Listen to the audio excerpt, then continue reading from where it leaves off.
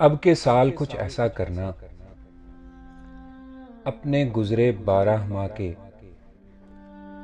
दुख सुख का अंदाज़ा करना, बिसरी यादें ताज़ा करना।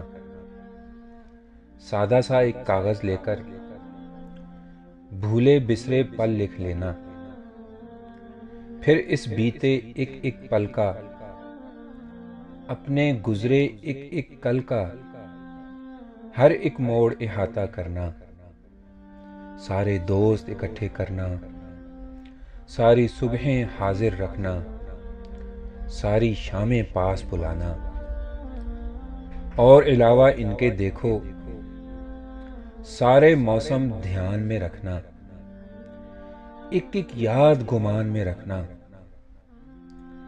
फिर मोहतात कयास लगाना,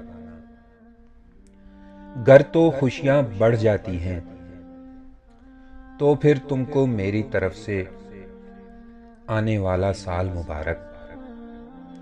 और अगर गम बढ़ जाएं तो मत बेकार तकल्लुफ करना। देखो फिर तुम ऐसा करना, मेरी खुशियां तुम ले लेना, मुझको अपने गम दे देना। अब के साल कुछ ऐसा करना।